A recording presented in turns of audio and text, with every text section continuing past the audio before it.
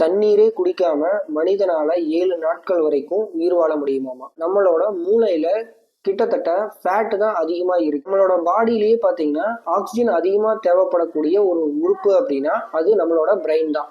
இந்த பிரெயின்ல நீங்க ஏதாவது யோசிக்கும் போது பாத்தீங்கன்னா அதிகப்படியான ஆக்சிஜனை நம்மளோட உடம்புல இருந்து எடுத்துக்குது.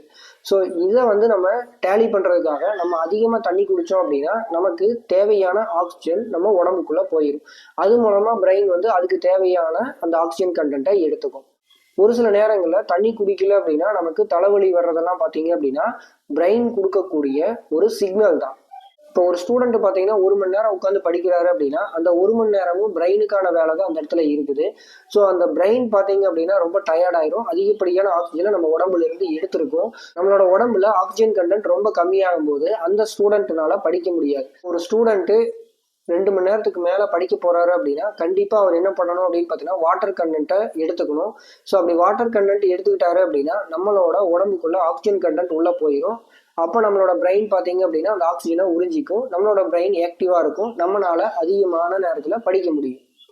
அதே மாதிரி தான் எக்ஸாம் ஹால்குள்ளே போனோம் அப்படின்னாலும் நம்ம எக்ஸாம் எழுதும்போது நம்மளோட மூளைக்கு அதிகமாக ஆக்சிஜன் தேவைப்படும். அதனால தான் சில எக்ஸாம்லாம் பார்த்தீங்கன்னா தண்ணி கொடுக்கறதுக்கெல்லாம் பார்த்தீங்கன்னா ஆட்கள் இருப்பாங்க. நம்ம எக்ஸாம் ஹால்குள்ளே போகும்போது நம்மளே கூட ஒரு வாட்டர் கேனை எடுத்துகிட்டு போயிடணும்.